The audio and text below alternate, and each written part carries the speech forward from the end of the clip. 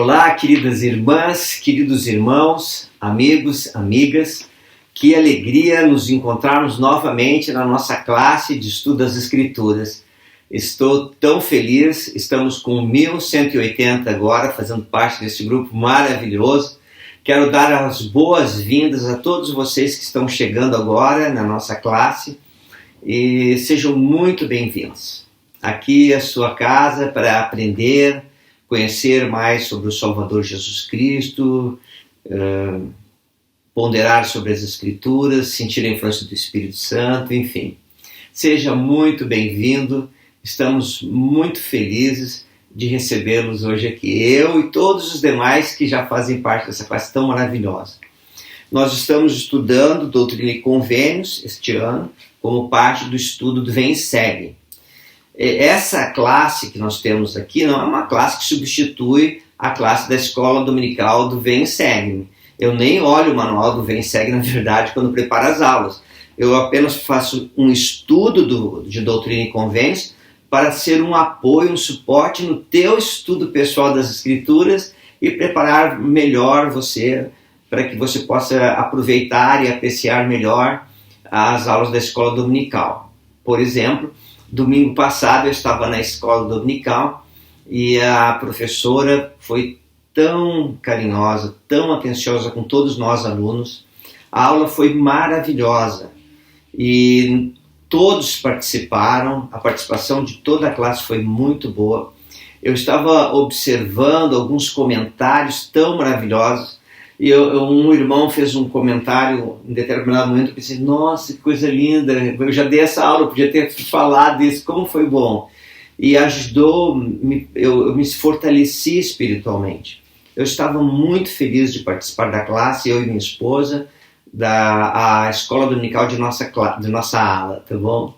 E eu espero que esses vídeos, esse estudo que nós fazemos, também possa te dar um suporte no teu estudo pessoal das Escrituras.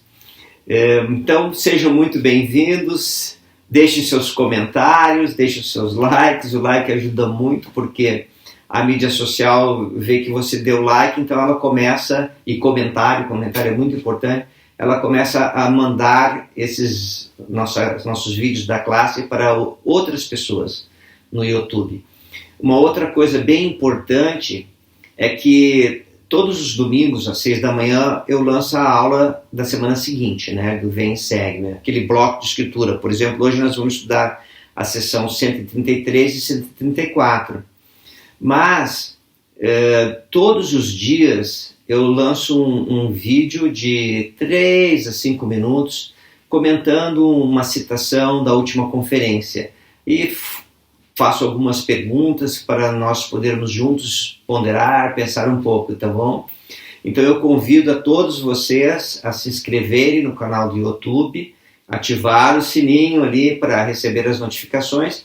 Daí você pode olhar no teu celular, ou no teu computador, ou na tua televisão, como você preferir. Sejam muito bem-vindos, eu já estou me prolongando demais aqui. Vamos começar? Muito bem. Hoje nós vamos estudar Doutrina e Convênios 133. Ela é chamada de apêndice, né? A Doutrina e Convênios seção 1 é o prefácio do Senhor. E a seção 133 é o apêndice. Na verdade, é quase uma continuação, falam dos mesmos assuntos, é uma continuação da seção 1. Ela foi dada em 3 de novembro de 1831. Só posteriormente, nas edições posteriores, é que ela recebeu um número, e daí nós estamos aqui na seção 133 e ela ficou fora da ordem de datas, né? Então, essa sessão foi dada em 3 de novembro de 1831. Vamos começar lendo o versículo número 1 e número 2. Diz assim: Escutai, ó povo da minha igreja, diz o Senhor, vosso Deus, e ouvi a voz do Senhor no que concerne a vós. Então, para quem é essa escritura? É para todos nós, irmãos, membros da igreja. Para aqueles que não são membros, que fazem parte desta classe, nós convidamos você a conhecer mais sobre a Igreja de Jesus Cristo dos Últimos Dias. Tem um link aqui que fala das nossas crenças, você clique ali e lá você vai poder fazer contato com os missionários, tá bom? Para conhecer mais a Igreja de Jesus Cristo aqui na Terra. Vamos para o versículo 2. O Senhor que subitamente virá ao seu templo, o Senhor que descerá sobre o mundo com maldição para julgar, sim, sobre todas as nações que se esqueceram de Deus e sobre todos os ímpios dentre vós. Interessante que eu gostaria de destacar nesse versículo 2 é que subitamente o Senhor virá no seu templo. Certamente essa profecia, né, ela foi cumprida em parte por ocasião da dedicação do templo de Kirtland, quando o Senhor apareceu a Joseph lá naquele templo. Porém, o elder Bruce R. McConkie, ele esclareceu mais, ele disse assim, abre aspas, só um pequeno esclarecimento, o elder Bruce R. McConkie é um apóstolo do Senhor, ele viveu entre os anos de 1915 e 1985, e ele era membro do Coro dos 12 Apóstolos e a Igreja de Jesus Cristo dos Santos Últimos Dias. E ele então fala o seguinte, abre aspas, a aparição no templo foi cumprida, pelo menos em parte, por seu retorno ao templo de Kirtland em 3 de abril de 1836. E pode muito bem ser que ele volte repentinamente a outros de seus templos, mas particularmente aquele que será erguido no condado de Jackson, Missouri. Fim da citação. Coisa extraordinária, né? Essa citação do profeta Bruce McConkie, do apóstolo Bruce McConkie, porque diz que o Senhor virá em outros templos. Eu tenho a oportunidade, eu e minha esposa, de servir no templo de Campinas. E bem em cima, assim, no templo, está escrito assim, né? Casa de Santidade. Queridas irmãs, queridos irmãos, eu quero prestar o meu testemunho que eu sinto a influência do Espírito Santo intensamente no templo. O templo é um purificador de almas. Né? Isso é coisa minha, é um purificador de almas, porque cada vez que eu vou no templo eu quero ser uma pessoa mais pura, mais digna. Eu quero estar mais espiritualmente elevado para poder sentir a presença do Salvador, sentir a influência do Espírito Santo testificando na nossa mente, nosso coração. Tenho passado várias experiências espirituais tão sagradas no templo. E eu fico tão feliz de saber que o Senhor virá a seu templo. Imagina, irmãos, estarmos num local onde o Salvador, por certo, já esteve. Eu sou muito feliz de ter essa oportunidade na minha vida, de ter conhecido a Igreja de Cristo, de Jesus Cristo, e poder agora frequentar os templos. Muito bom. Aqui, nesse versículo 2, outra coisa. Então, primeiro ele fala que o Senhor viria subitamente ao seu templo, e depois ele fala sobre julgamentos que virão sobre aqueles que esqueceram de Deus. E quando eu pensei nisso, eu veio logo à minha mente assim, né? O que podemos fazer para lembrar de Deus? Para que nós não venhamos a receber esses julgamentos terríveis que virão sobre os inimigos. O que você faz? Conta, escreve para mim aqui. O que você faz para lembrar de Deus? Eu quero dizer para vocês que na minha vida, na sua, de qualquer pessoa, é muito fácil esquecer de Deus. É muito fácil você estar tão atarefado que o dia começa e termina e você não se lembrou do Salvador. Coisas que você e eu podemos fazer que nos ajudam a lembrar de Deus. Orar de manhã, orar à noite, orar em outros horários durante o dia. Às vezes quando está indo para o trabalho, escola, enfim, poder ter uma oração na sua mente. Ou quando está fazendo a sua corrida, poder ter uma oração na mente. Nós podemos orar a todo instante. Em especial, estudar as Escrituras, irmãos. Você teve tempo de estudar as Escrituras hoje? Você abriu as Escrituras para ler alguns versículos? São coisas que ajudam a lembrar de Deus. Uma coisa que nos ajuda muito a lembrar de Deus é ir aos domingos na igreja e participar do sacramento. voltar nossa mente, nosso coração para o Senhor, por seu sacrifício expiatório que Ele fez por nós, renovar os nossos convênios. São coisas que podemos fazer para lembrar do Senhor. Quer ver uma coisa muito interessante para lembrar do Senhor? Escrever no diário suas experiências espirituais. Sempre que tem uma experiência espiritual, escreve no diário. Duas coisas vão acontecer. Você vai lembrar do Senhor e o Senhor vai te dar mais experiências espirituais para registrar. É maravilhoso, né? Escreve aí o que você faz para lembrar do Senhor. Tá bom? Vamos lá. No versículo 4, olha como fala o 4. Portanto, preparai-vos, meu povo, santificai-vos, reuni-vos, ó povo da minha igreja, na terra de Sião, todos vós a quem não foi ordenado que permanecesse. Olha que interessante. Tem muitas coisas maravilhosas nesse versículo. Vou falar só de algumas. Fala de nos prepararmos e depois ele fala duas vezes, preparai-vos, meu povo. Então, nos prepararmos aqui, essa sessão toda aqui, você vai ver que o Senhor está falando da segunda vinda, que nós devemos estar preparados para lá. Como nos preparar para a segunda vinda? Mas então, ele fala uma das coisas da preparação, santificai-vos. O que é santificação, irmãos? Irmãs? Você já passou, às vezes a gente lê a Escritura, né? Ah, santificação, que bonito. Tá bom, o que é santificação? Eu queria ler aqui uma citação do Manual do Instituto que fala assim, ó, santificação. Tornar-se santificado é tornar-se livre do pecado, puro, limpo e santo por meio da expiação de Jesus Cristo. Talvez você esteja pensando assim, irmão André, mas eu tenho feito isso. Eu me batizei na igreja para a minha santificação. Ótimo, parabéns. Mas olha só o que fala aqui, ó. A santificação é um processo vitalício que requer fé em Jesus Cristo, arrependimento e obediência às leis e ordenanças do Evangelho. Então a santificação é algo vitalício. Você nunca vai parar de se santificar. É para toda a vida.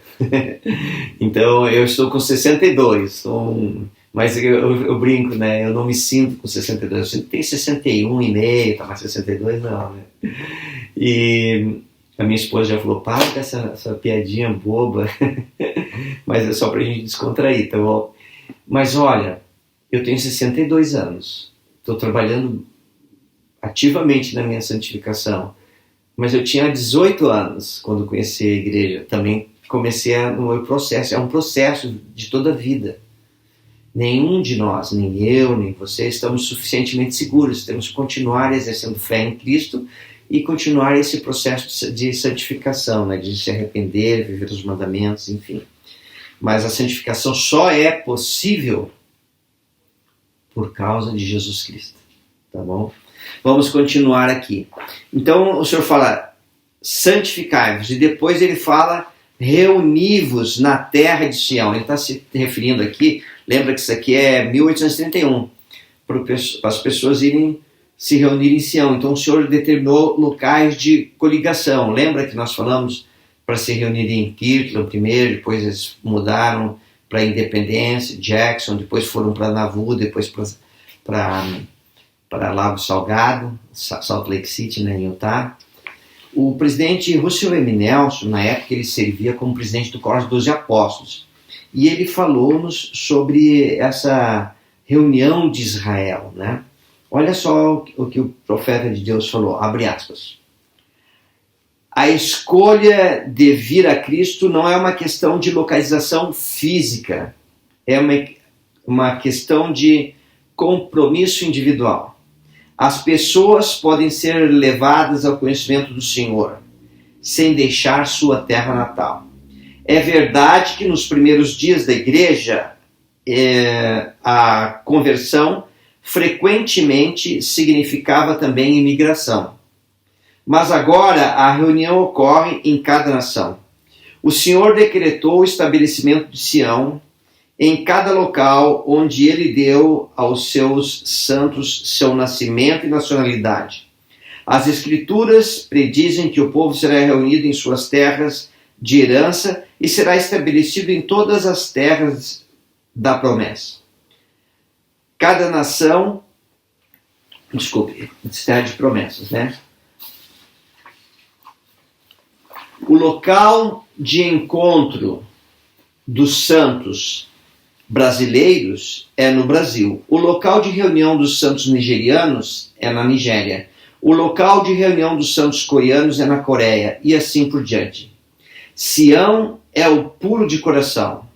Sião está onde quer que os santos justos estejam. Publicações, comunicações e congregações agora permitem que quase todos os membros tenham acesso às doutrinas, chaves, ordenanças e bênçãos do Evangelho, independentemente de sua localização. A segurança espiritual sempre dependerá de como a pessoa vive, não de onde ela vive. Santos em todas as terras têm igual direito sobre as bênçãos do Senhor. Fim da citação. Interessante o profeta falando, ele diz assim, que a segurança espiritual nossa depende de como vivemos, não onde vivemos. Muito bom, né? Então eu estava pensando numa pergunta para compartilhar com você. Como estamos vivendo o Evangelho? Pense aí na sua casa agora. Como você está vivendo o Evangelho? Eu sou um membro só de domingo? Eu sou um membro que vive o Evangelho segunda, terça, quarta, quinta, sexta, sábado, domingo, segunda, terça e assim por diante toda a minha vida? Como eu estou vivendo o Evangelho na minha casa, no meu trabalho, nos estudos, na própria igreja, na minha comunidade? Como estou vivendo o Evangelho? É algo para nós pensarmos, tá bom? Muito bem, vamos continuar aqui. No 5, versículo 5 diz assim: Deixai Babilônia, sede puros, vós que portais os vasos do Senhor. A Babilônia se tornou, de Babel, a Babilônia, ela se tornou um símbolo do mundo. E aqui o Salvador falando, sobre essa passagem, ele diz para nós deixarmos Babilônia. Olha só o que fala no versículo 7. Sim, em verdade torno a dizer-vos que chegada é a hora em que a voz do Senhor se dirige a vós. Deixai Babilônia, reuni-vos de entre as nações dos 4 ventos, de um extremo do céu até o outro. Então, para deixar Babilônia. Babilônia é um símbolo do mundo, deixar o mundo. Talvez alguém pense assim, irmão André, mas então eu vou ter que morrer ou eu vou ter que ter uma nave espacial para deixar o mundo? Como é que nós deixamos o mundo, irmãos e irmãs? Observe o seguinte, quando nós nascemos aqui na Terra, todos nós, ao nascermos na Terra, nós estávamos no mundo, não é assim? E ao atingir a idade dos 8 anos, a partir dos 8 anos, nós podemos exercer a escolha de tomar sobre nós o nome de Jesus Cristo. Como é que eu faço isso? Nos batizando. E quando nós nos batizamos na Igreja de Jesus Cristo dos Santos Últimos Dias, nós deixamos de fazer parte do mundo, da Babilônia espiritual, e passamos a ser parte do reino de Deus na Terra. Não é maravilhoso? Quais os teus sentimentos de saber que você, como membro da igreja, faz parte do reino de Deus na Terra? Não é extraordinário? Não é extraordinário ter apóstolos, profetas vivos, ter a igreja do Salvador novamente, seu reino aqui, nos ensinando, nos orientando em tudo que devemos fazer para herdar a vida eterna, onde as ordenanças de salvação e exaltação são ao nosso alcance, ao nosso acesso, e isso é extraordinário. Muito bem. No versículo 8 fala assim: enviai os élderes de minha igreja às nações longínquas, às ilhas do mar, enviai-vos às nações estrangeiras, clamai a todas as nações, primeiro aos gentios e depois aos judeus. Interessante essa escritura, queridas irmãs, porque quando eu estava lendo, eu comecei a lembrar do meu batismo. Eu era um jovem, né? Eu morava na minha casa, lá no Rio Grande do Sul, com meus avós, e eu saí do Rio Grande do Sul aos 17 anos e fui para a escola militar, em Guaratinguetá. No primeiro ano que eu estava lá, um bondoso irmão nos convidou para ir na sua igreja. E eu fui e nunca mais faltei. E então 2 missionários foram apresentados para que eu, meu amigo Neumar e outro que estava conosco pudéssemos conhecer. O outro rapaz já logo não foi mais, só foi aquele dia conosco. Mas eu e o Neumar continuamos frequentando. E esses missionários nos ensinaram o Evangelho. Foi o Elder Lee e o Elder Oliveira. O Elder Oliveira era do Rio Grande do Sul e o Elder Lee era lá dos Estados Unidos. Eu não sei da região que ele era, eu realmente não recordo agora. E eles nos ensinaram o Evangelho. Eu recebi um livro de Mórmon. Sabe o que eu fiz quando eu recebi o livro de Mórmon, irmãos? Eu vou contar para vocês. Eu li todo ele. E no começo, quando eu conheci a igreja, eu fiquei assim um pouco desconfiado, vi umas dúvidas em mim, né? Eu fiquei assim, nossa, será que esses elders, esses missionários querem me enganar, né? E daí eu comecei a ler o livro de Mórmon, e no começo eu pensava assim, não, mas isso aqui não pode ser falso. E daí continuei a ler, não, isso aqui não é falso, e continuei lendo, até que de repente eu comecei a vir um testemunho no meu coração, na minha mente, não, é verdade. E daí eu comecei a orar alguns assuntos pessoais ao Senhor, e quando lia, parecia que aqueles profetas do livro de Mórmon falavam comigo e as respostas das minhas orações vinham. Foi maravilhoso. Sabe o que aconteceu? Eu me batizei na igreja, tornei-me membro da igreja. Devo confessar que as pessoas falam assim, eu lembro do meu batismo, tal. Eu lembro do meu batismo por uma foto, eu não consigo lembrar. Irmãos, eu esqueci muitas coisas do passado, infelizmente.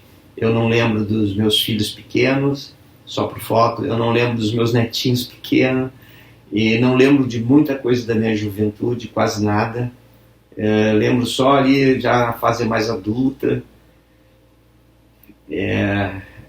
Os anos vão passando e alguns têm esse que eu tenho, né? Eu não lembro de muitas coisas. Mas eu lembro o suficiente para dizer que eu me batizei, continuei firme na igreja, recebi no Evangelho, na igreja e no Evangelho, recebi o sacerdócio arônico, depois o sacerdócio de Melquisedeque. No devido tempo conheci minha esposa, né, uma jovem, ficamos noivos, daí fomos para o templo de São Paulo, em 22 de setembro de 1979 nos casamos, e assim foi a minha conversão. Pude ler o livro de Mórmon muitas vezes, e o testemunho do Salvador foi sempre fortalecido em minha mente, no meu coração. Como você conheceu a igreja? Como foi a tua experiência?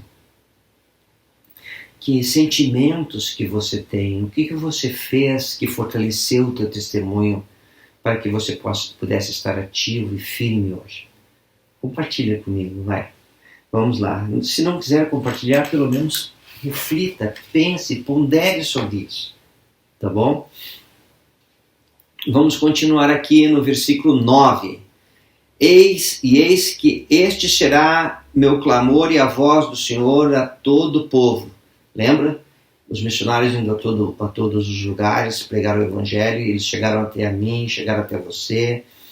Ide à terra, eis que este será o clamor e a voz do Senhor a todo o povo. Ide à terra de Sião, para que as fronteiras de meu povo se expandam e suas estacas se fortaleçam, para que Sião se estenda pelas regiões circunvizinhas. Lembra que nós já comentamos aqui nas aulas anteriores que no começo o Senhor fazia ter um local de congregação para que templos fossem construídos. Hoje, com o Evangelho sendo proclamado a todas as nações, templos foram construídos em muitas partes do mundo. Nós temos já construídos, em construção ou anunciados, 265 templos. Em 1977, quando eu me batizei, nós não tínhamos nenhum templo na América do Sul. No ano seguinte, 78, o templo de São Paulo foi dedicado, o primeiro. Né? E hoje nós temos, entre construídos e anunciados, em construção no Brasil, já 13 templos anunciados, não é isso? Ah, que coisa maravilhosa, né? Nossa, cada vez que eu lembro isso, eu tenho vontade de dar um grito de alegria, né? Imagina, eu tive a oportunidade no Brasil de conhecer o templo de Porto Alegre, o templo de Curitiba, o templo de São Paulo e o templo de Campinas. Os demais templos eu não tive a oportunidade ainda de conhecer, tá bom? A outra notícia maravilhosa é que no ano que vem, os membros do Rio de Janeiro e região vamos ter a dedicação do templo do Rio de Janeiro. Que alegria, não é? Para todos os irmãos do Rio e irmãs, que alegria, vamos ter um templo de Deus no Rio de Janeiro. Vai ser em maio, acho que é 8 de maio, assim, no ano que vem a dedicação. Que alegria, dá até vontade de ir lá, né? Muito bem. Vamos continuar aqui. Continuando, vou pular lá para o versículo 15. No 15 diz assim, né? Mas em verdade assim diz o Senhor. Ele está falando aqui da segunda vinda, só para a gente entender o que está falando e como seria, e daí o Senhor fala assim, mas em verdade assim diz o Senhor, que vossa fuga não seja expressa, mas que se preparem todas as coisas com antecedência, e o que for, não olhe para trás, para que não lhe sobrevenha uma destruição repentina. Você lembra assim de olhar para trás? Você lembra da esposa de Ló? Ló, sua esposa e suas 2 filhas viviam em Sodoma e Gomorra, e o Senhor mandou 2 anjos para tirarem Ló e sua família daquelas terras, porque elas seriam destruídas. Não tinha 10 pessoas que viviam o evangelho ali. E então o Senhor fez com que eles, pessoas justas, saíssem. Mas diz que a esposa de Ló olhou para trás e se tornou numa estátua de sal. Quando a gente lê isso, literalmente, você imagina uma mulher caminhando no meio do campo, dá uma olhadinha para trás, tá, ficou de sal. Claro que não é isso, né, irmãos? Isso é uma linguagem simbólica. O que provavelmente aconteceu é que ela retornou para a cidade e foi destruída junto com a cidade. Aqui o Senhor está falando assim, não olhe para trás. Tem uma citação do Elder, deixa eu achar só aqui, Márcio, do Elder, eu perdi aqui, mas espera aí. Aqui, do Elder Jeffrey R. Holland. O Elder Jeffrey R. Holland, ele é um apóstolo vivo do Senhor Jesus Cristo, membro do Quórum dos 12 Apóstolos e a Igreja de Jesus Cristo dos Santos dos Últimos Dias. E ele falando sobre essa expressão, olhar para trás, olha o que ele fala, abre aspas. O que a esposa de Ló fez de tão errado? Como estudante de história, pensei sobre isto e ofereço uma resposta parcial. Aparentemente, o que havia de errado com a esposa de Ló era que ela não estava apenas olhando para trás. Em seu coração, ela queria ir para trás. Parecia que mesmo antes de ela ter passado dos limites da cidade, ela já estava sentindo falta do que Sodoma e Gomorra haviam lhe oferecido. É possível que a esposa de Ló tenha olhado para trás com ressentimento para com o Senhor, pelo que ele estava pedindo que ela deixasse para trás. Portanto, não é apenas porque ela olhou para trás, ela olhou para trás com saudade. Em suma, seu apego ao passado superou sua confiança no futuro.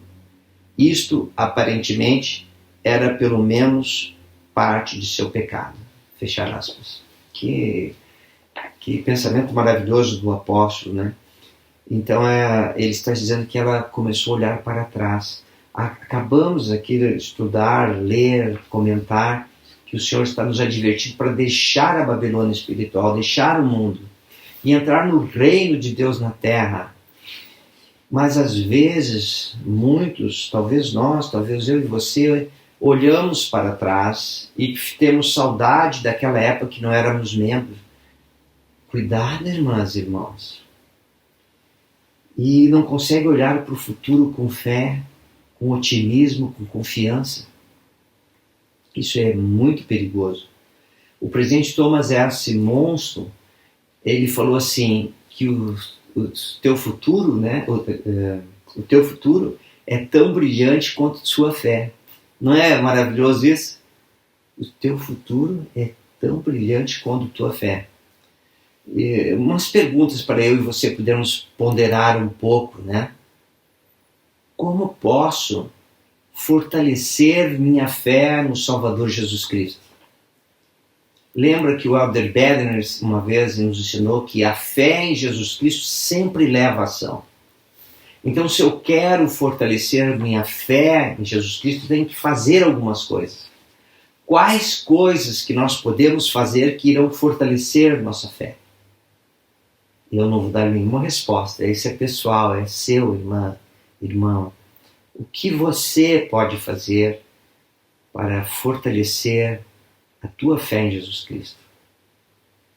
Um outro pensamento, queridas irmãs, queridos irmãos. Quando nós pensamos em futuro, né, como posso ter uma perspectiva eterna? Como eu posso olhar para o futuro pensando na eternidade? Porque a vida vai continuar depois da vida mortal. Um dia iremos morar no mundo espiritual, depois ressuscitaremos e continuaremos por toda a eternidade. Essa perspectiva de famílias eternas, de continuação das vidas, essa perspectiva eterna faz muita diferença na nossa vida. Como o plano de salvação te dá perspectiva eterna. Como a ida ao templo, frequentar continuamente o templo, amplia a tua visão e te dá uma perspectiva eterna da vida. Isso é tão importante para nos mantermos firmes, sadios espiritualmente, com nossos testemunhos fortalecidos. É extraordinário. É maravilhoso, na verdade. Né? Vamos continuar aqui. Eu começo a ler, daqui a pouco eu estou fazendo discurso, né? Vamos continuar. Muito bem.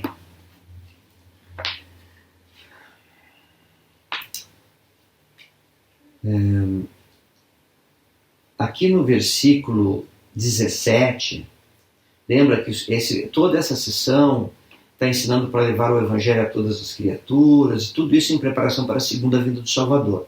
E no 17 fala assim, e também o prefácio, que é a sessão 1, e o apêndice, que é essa sessão 133, as duas dão um resumo assim, do que nós encontramos em Doutrina e Convênios, né? Nos faz um resumo bem geral do que é ensinado em Doutrina e Convênios todo. E no versículo 17 diz assim, pois eis que o Senhor Deus enviou o anjo clamando no meio do céu, dizendo, preparai o caminho do Senhor, endireitai as suas veredas, porque a hora de sua vinda está próxima. Nossa, para nós prepararmos o caminho. Irmãs, irmãos, como é que você, como é que eu, como é que nós podemos preparar o caminho do Senhor? Lembra que João Batista, ele foi enviado, né, com Elias, né, um título que é de precursor, né, para preparar o caminho do Salvador. E aqui o Senhor está falando para todos nós, né? Quando ele usa na segunda pessoa, né, vós, né, preparai, ele está dizendo para você e para eles, para todos nós, né, para todo mundo. Para nos prepararmos o caminho do Senhor. Como nós podemos fazer isso? Como eu posso preparar o caminho do Senhor para a segunda vinda? Você já parou para pensar nisso? É um mandamento de Deus. Irmãs e irmãos, preste atenção. Essa preparação, na verdade, é muito simples. O que o Senhor está pedindo? Que eu e você possamos viver os mandamentos dele, fazer convênios com o Senhor e viver seus mandamentos, proclamar seu Evangelho, viver o Evangelho no nosso dia a dia, com nossa família, com nossos amigos. Isso é preparar o caminho do Senhor. Às vezes, nós pensamos coisas assim, gigantescas, né? Vou ter que sair pelo mundo. Não, irmãos. Preparar o caminho é você viver o Evangelho no teu lar, na tua ala, na tua comunidade, ser um exemplo no teu trabalho, na escola que você frequenta, na universidade, enfim. E ser essa pessoa que vive o Evangelho em todos os momentos, todos os dias. Ao fazermos isso, nós nos tornamos a luz do mundo, o sal da terra. Um exemplo para homens e mulheres poderem se inspirar e buscar o Salvador Jesus Cristo. Porque afinal, a salvação é só através de Jesus Cristo. Nós somos apenas os espelhos que refletem a luz, irmãos. Mas para sermos o espelho, nós temos que viver o Evangelho. E ao vivermos o Evangelho, nós preparamos o caminho do Senhor. Quando o Senhor vier na segunda vinda, são os versículos 18 a 20, fala assim: quando o Cordeiro aparecer no Monte Sião, e com ele 144.000, tendo o nome de seu Pai escrito na testa, portanto, preparai-vos para a vinda do esposo, saí para encontrá-lo. Pois eis que ele está de pé sobre o Monte das Oliveiras, e sobre o grandioso oceano, sim, o grande abismo, e sobre as ilhas do mar, e sobre a terra de Sião. Olha que interessante essa escritura, irmãos. Ele está dizendo que o Senhor vai estar no Monte Sião. O Monte Sião é uma referência à independência da Nova Jerusalém. O Monte das Oliveiras é uma referência a Jerusalém.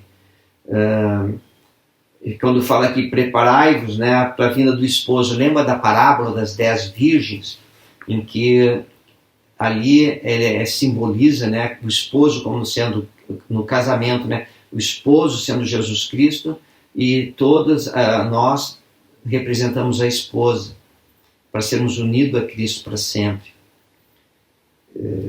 Aqui ele está dizendo, olha, se prepara para a vinda do Salvador. Como nos preparamos para a vinda do Senhor? Quando nós preparamos o caminho do Senhor, é a mesma coisa, vivendo o Evangelho. É muito simples, irmãs. Eu sei que o simples, às vezes, não é muito fácil de viver, né? Mas é muito simples. Tem que viver o Evangelho no dia a dia. Aqui, eu tenho uma citação, eu vou ler para nós aqui, também do Elder Bruce Armacon, um apóstolo já falecido, que diz assim, abre aspas: a segunda vinda do Filho do Homem consiste não em uma, mas em muitas aparições.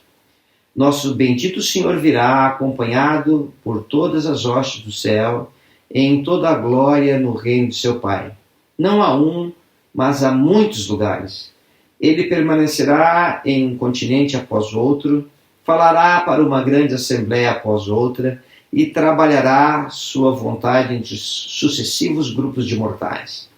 Seus pés pisarão o Monte das Oliveiras, a leste de Jerusalém. E ele virá com os 144.000 sumos sacerdotes no Monte Sião, na América. E onde mais? Sobre os oceanos, as ilhas e os continentes, na terra de Sião, em outros lugares. O significado claro é que haverá muitas aparições em muitos lugares para muitas pessoas. Fim da citação. Na segunda vinda do Senhor, será tão notório que todos que estiverem vivos saberão. E eu sei que o Salvador vive e que um dia ele retornará em grande glória. Mas e a nossa preparação pessoal? Como será? Porque eu e você não sabemos quanto tempo vamos viver.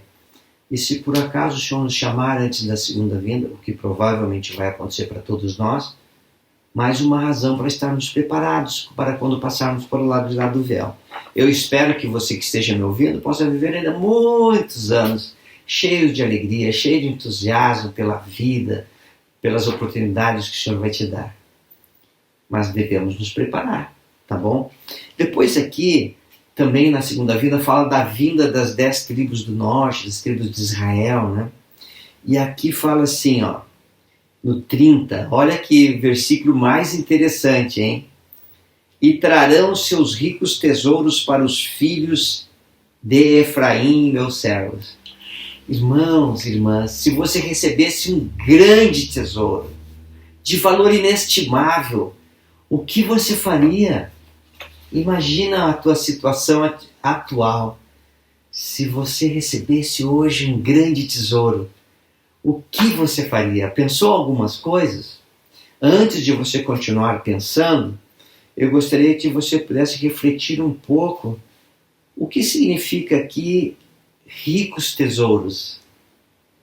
E eles vão ser trazidos pelas 10 tribos. Observe que entre as 10 tribos, as tribos perdidas, tinham profetas. Eles viviam a lei de Moisés. O Salvador, após sua morte e ressurreição, foi e pregou a eles também, ensinou. Os profetas das 10 tribos fizeram profecias, receberam revelações, e como nas Américas, que foi o registro feito no livro de Mórmon, como na Bíblia também, do povo de Israel, ali, da Palestina, de Jerusalém e região, tem a Bíblia, né, Velho e Novo Testamento. Os profetas daqueles 10 tribos perdidas também escreveram escrituras e preservaram. E eles vão trazer suas escrituras, suas profecias, seus testemunhos do Salvador. E as escrituras deles serão para nós ricos tesouros. Então eu gostaria de refazer a pergunta novamente. Como utilizaremos os tesouros que recebemos? Quais tesouros nós recebemos? Recebemos a Bíblia, Velho Testamento, 39 livros. Receberemos o Novo Testamento, 27, a Bíblia é composta de 66 livros, entre Velho e Novo Testamento. Receberemos o livro de Mórmon, receberemos pérolas de grande valor, doutrina e convênios que nós estamos estudando aqui. Irmãos, irmãs, nós não vamos avante, não vamos cheios de alegria. Como você está estudando as Escrituras? Qual a importância que você dá para as Escrituras na tua vida? O que você tem aprendido? Como as Escrituras têm te aproximado do Salvador? Como as Escrituras têm te ajudado a exercer fé no Salvador Jesus Cristo? Como as Escrituras têm mudado a tua vida? É maravilhoso, não é? Pensarmos em tantas coisas extraordinárias com esses ricos tesouros que nós temos recebidos. A pergunta é, será que eu estou dando valor a esses tesouros que os profetas escreveram e preservaram e nos entregaram, muitos com o sacrifício de sua própria vida? Muito bem. Aqui o Senhor tinha ensinado que deveríamos ir a todas as nações, tribos, línguas, pregar o Evangelho. No versículo 36, fala assim, agora em verdade, a verdade diz o Senhor, para que estas coisas sejam conhecidas entre vós, ó habitantes da terra, enviei meu anjo voando pelo meio do céu, com o evangelho eterno, e ele apareceu a alguns e entregou ao homem, e aparecerá a muitos que habitam na terra. Aqui diz que teria um novo anjo voando pelo meio do céu, e quando nós pensamos logo nisso, nós pensamos em Moroni, né, conforme está lá em Apocalipse, que fala que teria um novo anjo voando pelo meio do céu. Mas na verdade, quando fala aqui de anjos, o Senhor enviou muitos anjos, como Moroni, como João Batista, restaurando o sacerdócio Arônio, como Pedro, Tiago e João, restaurando o sacerdócio de Melquisedeque, como Moisés, dando as chaves de coligação de Israel, Elias e tantos outros. Trouxeram suas chaves e conferiram sobre o profeta Joseph. E essas chaves têm passado de profeta a profeta até o profeta atual, que é o presidente Russell Nelson. Mas o Senhor mandou que nós pudéssemos ir a todos os lugares para coligar Israel. E eu gostaria de ler uma citação do presidente Russell M. Nelson sobre a coligação de Israel e o papel que o livro de Mórmon desempenha. O livro de Mórmon declara o advento da coligação e é o instrumento de Deus para realizá-la. Sem o livro de Mórmon não haveria coligação de Israel. O livro de Mórmon contém a plenitude do Evangelho. Sem o livro de Mórmon, poucos saberíamos sobre a expiação de Jesus Cristo.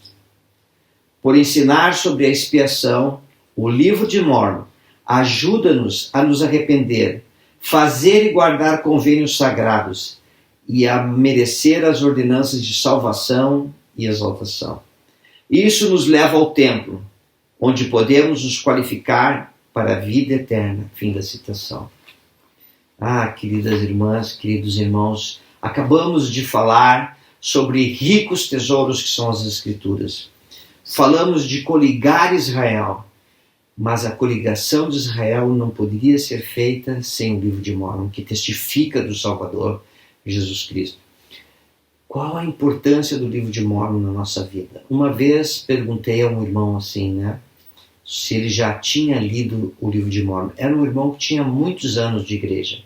Ele olhou para mim e falou assim: uma vez eu já li o livro de Mórmon. E ele estava bem assim alegre. E eu fiquei assim tão decepcionado. Disse: nossa, esse irmão tem tantos anos e a vida inteira dele, a vida inteira dele, ele leu só uma vez. Os profetas têm nos ensinado, especialmente o presidente Ezra Taft Benson, sobre a importância do livro de Mórmon na nossa vida. Irmãos, todos os anos nós estudamos uma das obras padrão na escola dominical. Então, esse ano estamos estudando Doutrina e Convênios. No ano que vem, vamos estudar o Velho Testamento. Estou animado para estudar o Velho Testamento. Daqui um pouquinho já começa, né? Em janeiro já começamos. Depois, no outro ano, nós vamos estudar o Novo Testamento. Depois, o livro de Mórmon. E todos os membros da igreja, num ciclo de cada 4 anos, estudam uma das obras padrão. Mas os profetas têm nos ensinado e advertido que este ciclo não vale para o livro de Mórmon. Hoje, estudando Doutrina e Convênios, nós também temos que ter o nosso estudo pessoal do livro de Mórmon. Queridas irmãs, queridos irmãos, eu convido vocês a descobrirmos e redescobrirmos o livro de Mórmon muitas e muitas vezes na nossa vida. Como é maravilhoso ler o livro de Mórmon. Eu estou lendo agora, eu estou muito animado, e eu peguei um livro de Mórmon desses bem baratinhos, que nem o Elder Beden me ensinou. Eu tentei ler novamente, estava lendo, daí quando o Elder ensinou, o Elder Beden ensinou uma maneira de estudar o livro de Mórmon, que é fazer uma pergunta, pegar um livro novo e marcando em todo o livro a resposta daquela pergunta. No final, escrever uma página com aquela resposta, resumindo. Guardar esse livro de Mórmon, pegar o outro, pensar na mesma pergunta e ler de novo. Marcar, resumir, depois comparar, e depois repetir o ciclo. E assim aprender mais. E eu comecei a fazer dessa forma. Eu confesso que eu li, mas não gostei. Daí parei de fazer. Daí eu continuei da maneira que eu gosto de estudar, e de repente veio uma pergunta à minha mente. Eu estava orando sobre determinados assuntos, um assunto levou a outro, e uma pergunta veio à minha mente sobre um determinado ponto das Escrituras, e era algo bem pessoal que eu queria aprender. E daí eu peguei um livro de novo, bem novinho, dessas edições bem baratas, e uma canetinha vermelha, e comecei a sublinhar aquilo que eu queria aprender. Mas agora eu queria aprender. É diferente, percebe? E estou fazendo assim, estou tão feliz. Eu convido você, seja qual a maneira que você gosta de estudar, mas continue estudando o livro de Mórmon. O livro de Mórmon, ele testifica do Salvador em todas as suas páginas, é impressionante. E ao ler o livro de Mórmon, nosso testemunho irá se reforçar, se fortalecer. Eu tenho observado algo incomum nas pessoas que acabam se afastando da igreja. A grande maioria, quase todos, não tem o hábito de estudar as Escrituras, não leem as Escrituras. E daí, quando vem um vento de dúvida, elas se agarram na dúvida e fortificam a sua dúvida com outros que têm dúvida e se afastam.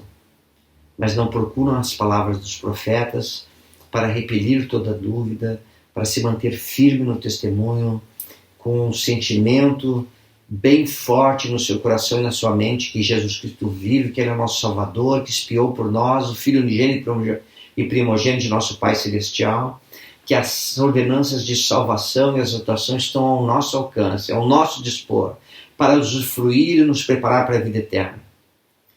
Por isso é tão importante estudar as Escrituras, irmãs e irmãos. Por isso que eu e você estamos aqui. Se você está ouvindo este vídeo, então você é uma pessoa que gosta de estudar as Escrituras. Eu desafio você para que, além de estar compartilhando, que é um momento tão especial, mas ter a tua própria leitura. Ler com os teus próprios olhos. Marcar as coisas que o Espírito te dá e ficar atento ao Espírito. Porque às vezes você está lendo uma coisa e vem um sussurro do Espírito Santo. E isso é maravilhoso, né? Muito bem, vamos continuar aqui. Eu já estou me empolgando. Eu me empolgo e começo a dar discurso, irmãs. Desculpe. Vamos lá. Muito bem. Então, aqui nós vimos aqui, né, que o Senhor falou de ricos tesouros, mandou ir ao Evangelho a todas as pessoas, e vimos então qual o papel do livro de Mórmon na coligação. E eu gostaria de ler o versículo 45, que diz assim: pois desde o princípio do mundo, homem algum ouviu, nem percebeu pelo ouvido, nem olho algum viu, ó Deus, além de ti. Quão grandiosas são as coisas que preparastes para aquele que espera em ti. Nosso Pai Celestial, Jesus Cristo, prepararam muitas coisas grandiosas e maravilhosas para aqueles que esperam o Salvador Jesus Cristo. Para aqueles que esperam o Salvador. Quando eu digo esperar no Salvador, né, se espelhar no Salvador, buscar o Salvador Jesus Cristo, receber o Salvador Jesus Cristo como seu Deus, enfim. Se aceitamos Jesus Cristo, aceitamos nosso Pai Celestial. Não tem diferença. Então, quantas coisas o Salvador Jesus Cristo tem preparado, coisas grandiosas para nós. Quais são algumas coisas grandiosas?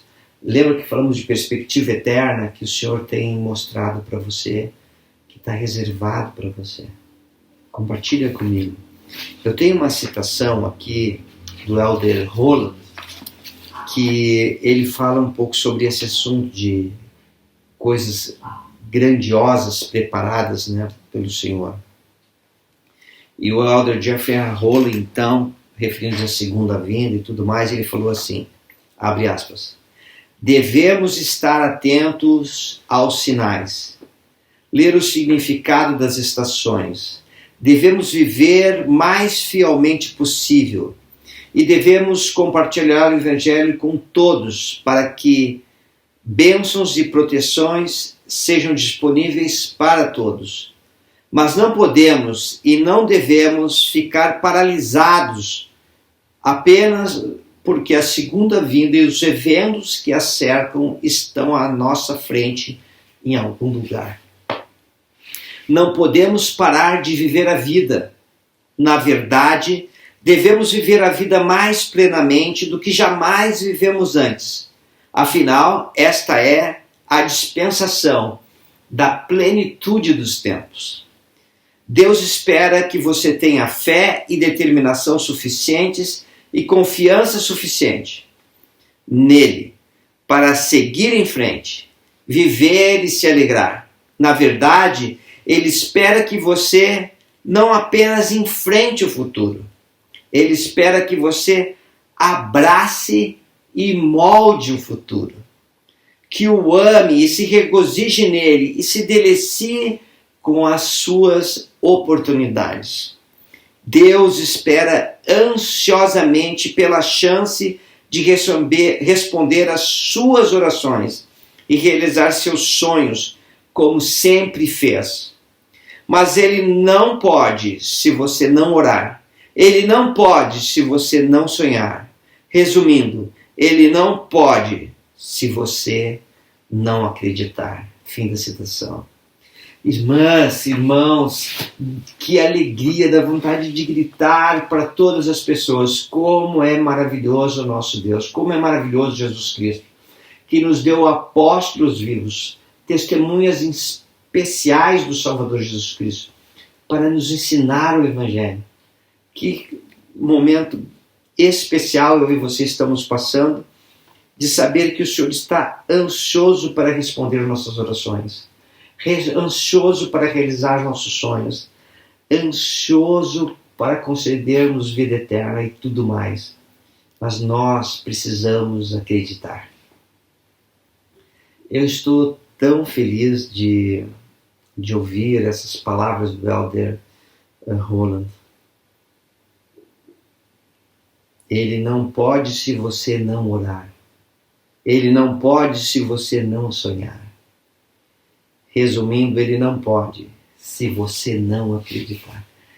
Ah, queridas irmãs, queridos irmãos, eu sei que Jesus Cristo vive, que Ele é o nosso Salvador, o nosso Redentor, que os nossos sonhos mais grandiosos Ele fará com que se tornem muito melhores.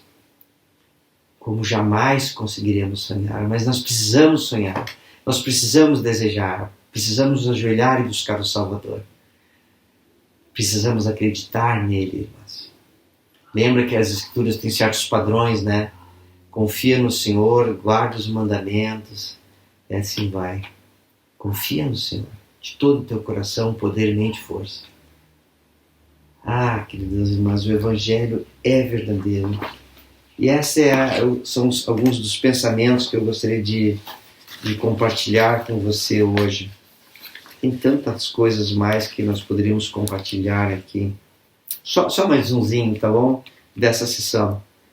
Versículo 48. E o Senhor estará vestido de vermelho, e suas vestes serão como a do que pisa o lagar de vinho. Antigamente, né, eles tinham certos locais que eles colocavam as uvas e as pessoas ficavam de pé ali, pisando, esmagando para tirar o suco que era feito o vinho, né, depois. E ao ficar pisoteando, respingava a uva na roupa e ficava escura, avermelhada. E quando o Senhor vier na segunda vinda, Ele virá de vermelho, porque Ele sozinho pesou o lagar. Ele sozinho expiou por todos nós. Ele é nosso Deus, nosso Salvador, nosso Redentor. Por isso que nós o amamos tanto.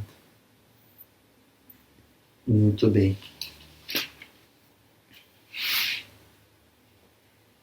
Nós o amamos tanto porque Ele pagou por todos os nossos pecados, angústias, amarguras.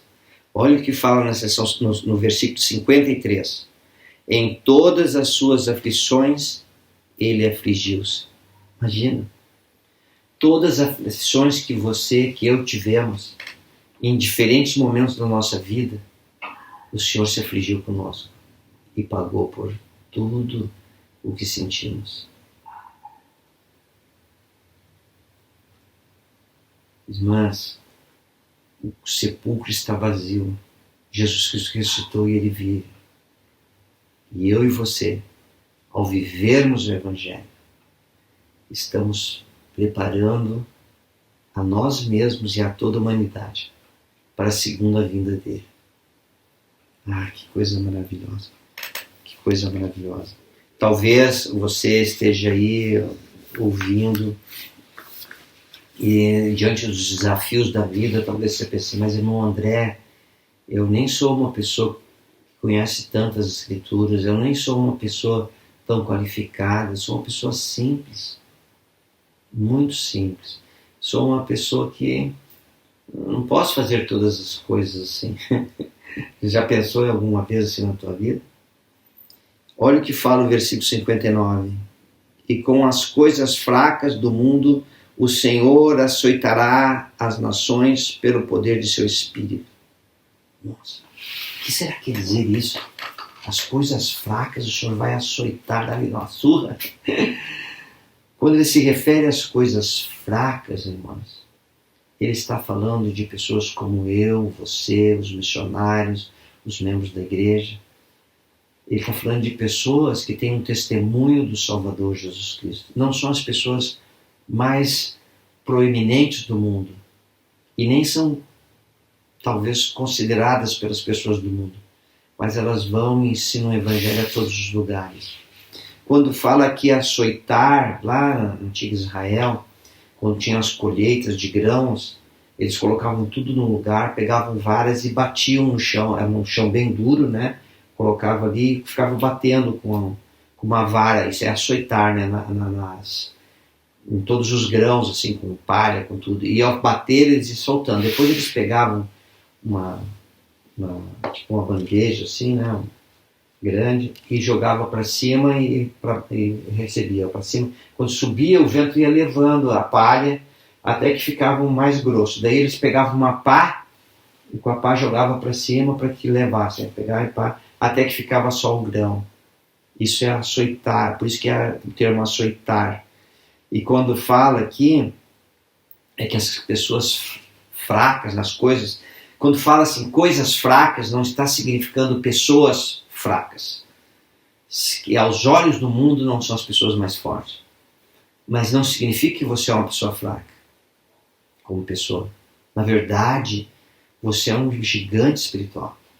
Tem uma frase que eu decorei há muitos anos atrás e depois nunca mais encontrei, que diz assim: dentro de cada um de nós existe um gigante espiritual que se bate de saudades por seu lar celestial.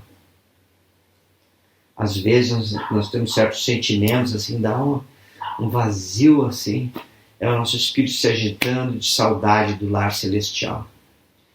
Que eu e você possamos ter os olhos fixos na glória de Jesus Cristo, como nosso Salvador e Redentor. Que possamos seguir o caminho que vai até Cristo. Esse curso vem e segue, não é assim? Que possamos ser seus discípulos, que possamos segui-lo. Nos tornamos seus discípulos ao viver o Evangelho no dia a dia. E vai ensinando, é como se estivéssemos açoitando o mundo, né? Ou seja, os missionários saem de casa em casa, pregando, testificando. Nós estamos vivendo o Evangelho, convidando as pessoas para vir a Cristo, sendo um exemplo de viver o Evangelho. Olha que coisa extraordinária. E assim, esses são os comentários da sessão 133.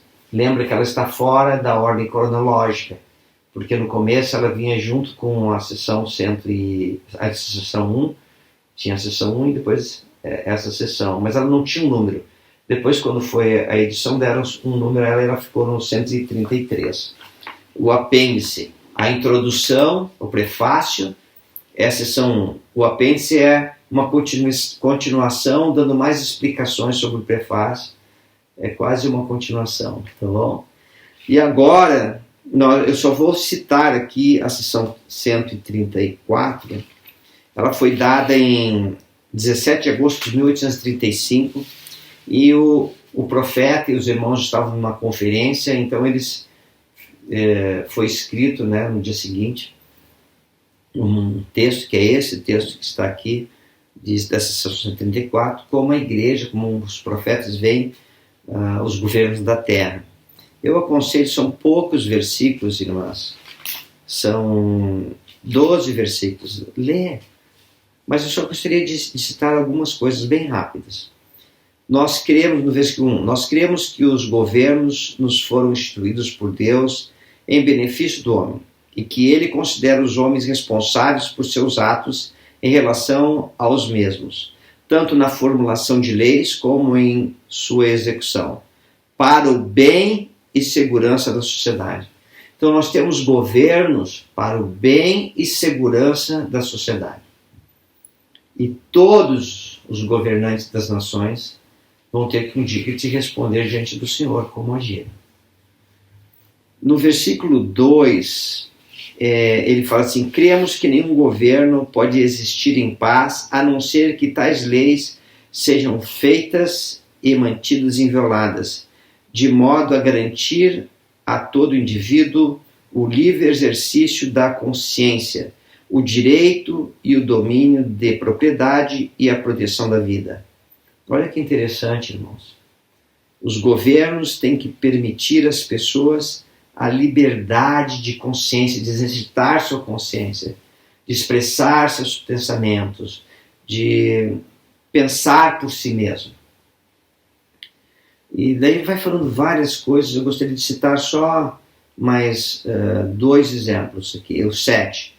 Cremos que os governantes, estados e governos têm o direito e a responsabilidade de promulgar leis para a proteção de todos os cidadãos no livre exercício de suas crenças religiosas. E depois ele fala que eles não devem intervir, né? E no versículo 9, não cremos ser justo misturar influência religiosa com governo civil, porque esse dar preferência a uma religião em vez de outra, mas que pudéssemos ser livres para exercer. E esse eu aconselho a lermos e estudarmos um pouco sobre como a igreja vê e pensa sobre os governos da terra, tá bom? Queridas irmãs, queridos irmãos, foi uma alegria compartilhar a sessão 133 e 134 com vocês. Aqueles que são novos na nossa classe, sejam muito bem-vindos, amamos vocês. Lembra, estamos com 1.180 pessoas. Eu nunca dei aula para uma classe tão enorme, tão boa, com pessoas tão boas como vocês. Obrigado pelos comentários tão bondosos. Obrigado por serem meus amigos. Obrigado por terem o desejo de seguir o Salvador Jesus Cristo e serem instrumentos nas mãos deles. Na verdade, são instrumentos. E eu deixo esta aula em nome de Jesus Cristo. Amém.